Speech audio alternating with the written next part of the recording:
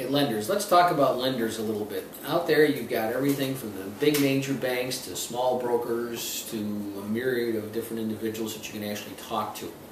If you've been following anything that's been happening nationally lately with all the problems that everybody's had at these big banks, from fraudulent documentation and repossessions to, as you would know if you try to call, say you're with one of the big major players out there without throwing any name out, you call, you never get to talk to the same person twice, you go round and round, you got to go through a myriad of, dial 1 for so-and-so, dial 2 for the moon, whatever it happens to be.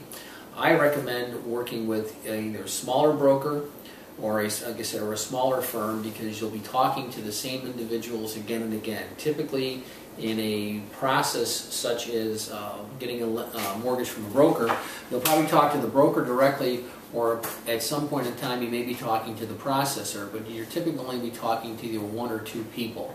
Whereas if you may call one of the major banks, one, they have to try to find your loan, they don't know where it is, they can't track it down, and it just becomes a very, very frustrating process for you as the individual. So something to think about when you're going out there and shopping for a loan, because the broker can go out to numerous different lenders that are available to the broker, instead of just saying going to the big box bank that has their programs and they offer nothing else. So it may behoove you to shop around a little bit, but I would recommend going to the smaller broker. You'll get better service and you'll be able to deal with just only 1 or 2 individuals directly.